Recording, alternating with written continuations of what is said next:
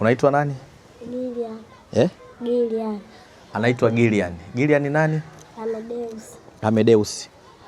Mama yuko hapa? Mama, hebu simama mama yake. Kumbe mama na wewe umependeza, mpigieni makofi na mama. Umeona na mtoto alivyopendeza Mimi na wenzangu tumekuja kwa ajili ya Gillian. Sijaja kwa ajili ya jambo lingine lolote. Ili mtoto wetu Gillian aweze kufaulu, kufanikiwa katika maisha yake, anatakiwa vitu vikubwa vitatu. Kitu cha kwanza, kama serikali haipo dhidi yake, itakuwa ni pigo kwake. La pili, kama mzazi hayupo na jamii, itakuwa ni pigo kwake. La tatu, kama yeye mwenyewe hayupo, itakuwa ni pigo kwake. Sasa hivi vitu vitatu nilivyovitaja, nikianza cha kwanza, serikali. Mafanikio ya mtoto wetu kwa kiwango kikubwa yanahitaji uwepo wa serikali ambayo inamjali mtoto, itamtungia sheria na taratibu. Lakini katika mafanikio yake, serikali inapaswa ijengwe madarasa kama haya ili Gillian aweze kupata nafasi ya kusoma.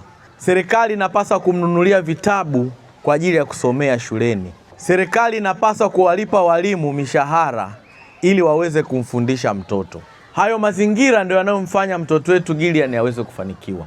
La pili, mafanikio ya mtoto wetu Gillian yanamhitaji baba, mama, mzazi, mlezi. Hili ni kundi la pili ambalo linamtaka kumsaidia mtoto.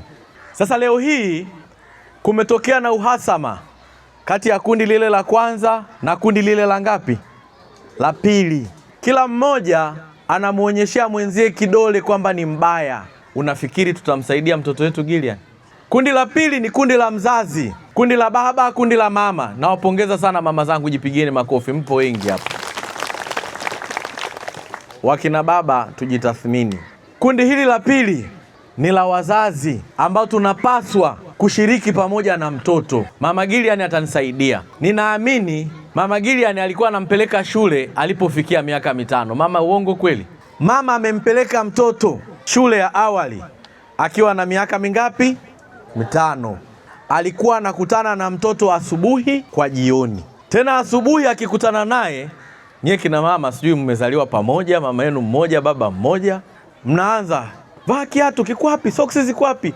Unatupa begi liko wapi? Chafu angalia. Hijabu yako iko wapi? Mbona jana nilibadilisha nyingine? Uongo kweli? Paka unakuja kuagana na mtoto, mama kachoka, mtoto kachoka. Mama anasinzia, mtoto anafanyaje? Anasinzia. Wakati anaagana na Gillian, Gillian alikuwa hajui kusoma wala hajui kuandika. Gillian akampata mlezi mwingine wa ziada shuleni. Anaitwa nani?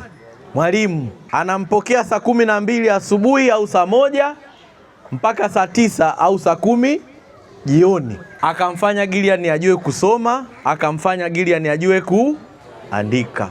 Kundi la tatu ni la yeye mwenyewe Gillian. Alipofundishwa na mama, alipofundishwa shuleni, yeye mwenyewe alijisaidiaje? Ndio maana amefaulu mpaka hapo alipofika. Wazazi wangu, mnafikiri tukimwacha huyu mtoto peke yake atapata mafanikio?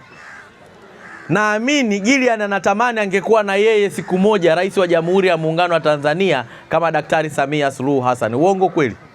Na ndio maana kilemba chake naye anajifunga vizuri. Naye anatamani.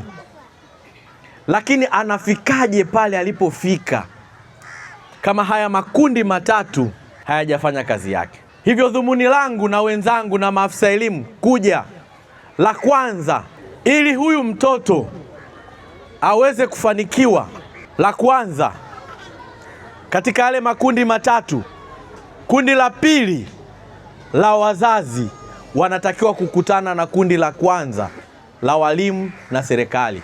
Serikali ni wa wilaya, afisa elimu wako hapa. Lakini kundi la pili ni ninyi wazazi. Tuzungumze juu ya mtoto wetu Gillian anafanikiwaje?